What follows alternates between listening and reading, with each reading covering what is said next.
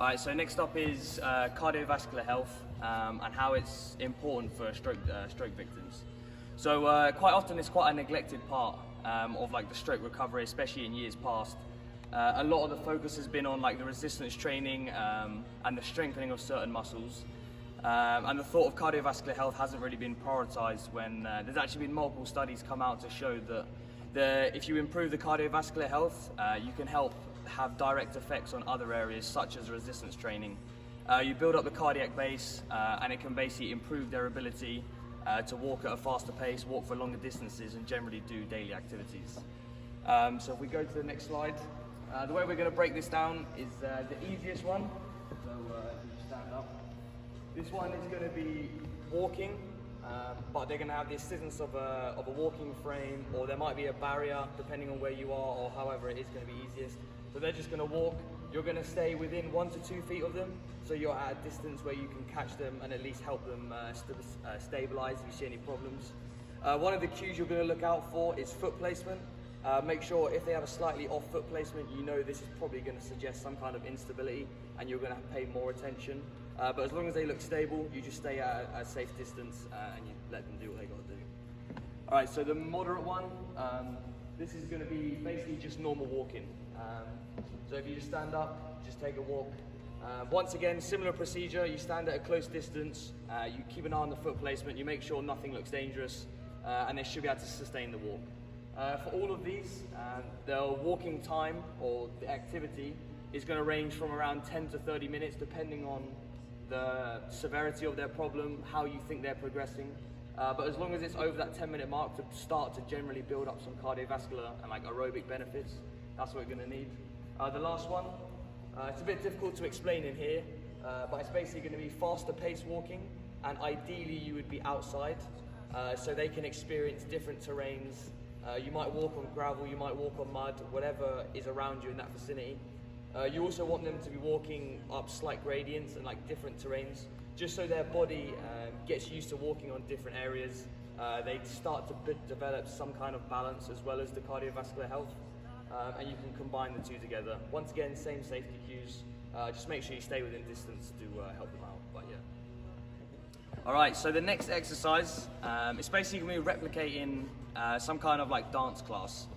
So the benefit to this one is that obviously the music, and you also have the combination of people coming together and dancing as a class. So usually if you get your peers along with you, it can sometimes increase the likelihood that they're going to want to continue doing the activity. And it's also going to increase the amount of fun they have during the activity.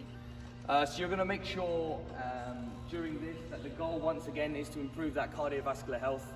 You're going to want to make sure they try and sustain the movement throughout the whole time they're doing it. And the safety cues once again are pretty much the same. You're going to stay at a relatively safe distance away from them so you don't intrude on what they're doing, but at the same time you're at a close enough distance to spot any bad foot placements, any instability, any kind of change of direction that you think could cause some harm.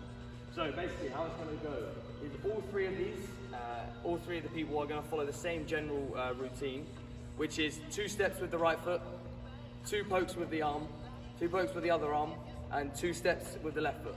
Ideally, there would be some pretty good music going on in the background, and you would try and find some music so that they can manage to do the arm movements and their leg movements on the beat to the music.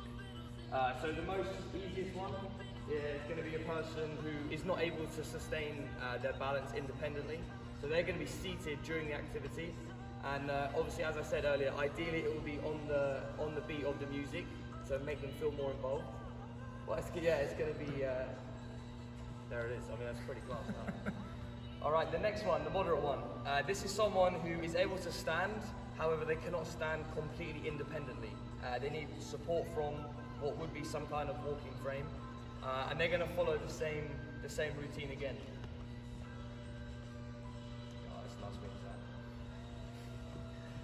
Oh, he's on beat as well, so tell you what, that's impressive. And then the last one, we have our most experienced dancer, the veteran. He's able to do this completely independently. You're still going to want some kind of supervision. Once again, you're going to want them to be within a relative distance where you can help out. But he's at a level where he's able to stand, sustain his own balance, and do it by himself. So take it away. Put a bit more life into it, maybe. I need that music turned up. Yeah, so that's going to be the general routine. Ideally, it will be with music. It will be very interactive. It will be getting everyone working together. But that's the 3 stages. This is once again going to be sustained for 10 to 30 minutes, depending on the activity level of the class and how developed they are. But yeah, that's the next one.